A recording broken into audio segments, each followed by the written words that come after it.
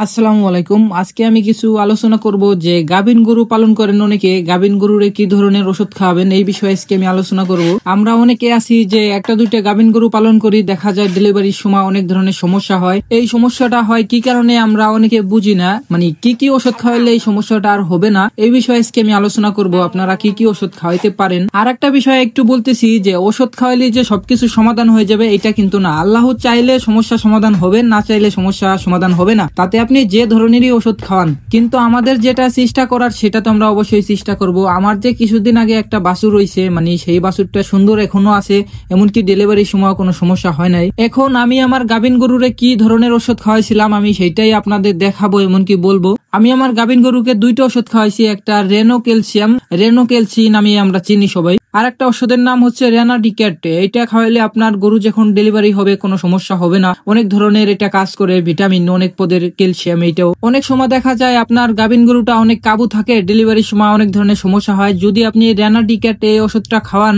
তাহলে আপনার এই সমস্যা হবে না, এমনকি বাছুরও সবসময় সুস্থ থাকবে। বাছুর যখন ডেলিভারি হবে বাছুর মানে অনেক ভালো হবে তখন। এখন রেনাডিকেট ওষুধটা আপনারা কখন খাবেন? গরুর ডেলিভারি হওয়ার ধরেন 30 দিন কিংবা 40 দিন বাদ আছে, তখনই আপনারা এই ওষুধটা খাবেন। আগে কেউ এরকম ভুল করবেন না, আগে থেকে এই ওষুধটা কেউ খাওয়াবেন না। আর একটা গরুরে যদি আপনারা একটা ওষুধ খান, দেখা যাবে আপনার গরু সবসময় সুস্থ থাকবে, এমনকি আপনার গরু ডেলিভারি হওয়ার সময় কোনো ঝামেলা হবে না। আর একটা বিষয়, আপনারা যে কোনো ওষুধই যদি আলাদাভাবে ভুসির সাথে মিশিয়ে গরুকে খাওয়ানো পারেন তাহলে সর্বোচ্চ ভালো হবে। যদি আপনি ভুসিকুরের সাথে মিশিয়ে মানে খাবারের সাথে দেন তাহলে মানে অনেকটা মানে ওষুধের মান কমে যায়। অল্প ভুসির সাথে যদি আপনারা খাওয়াইতে পারেন তাহলে ওষুধের মানটা ভালো থাকে, এমনকি কাজ করে ভালো। রেনা ক্যালসি যেটা ক্যালসিয়ামের ওষুধ, অবশ্যই এটা গাব গরুরে আপনারা খাওয়াবেন, তাইলে আপনার গরু সবসময় সুস্থ থাকবে। আজকের ভিডিও আমার এই পর্যন্তই শেষ। সবাই ভালো থাকবেন। আসসালামু আলাইকুম।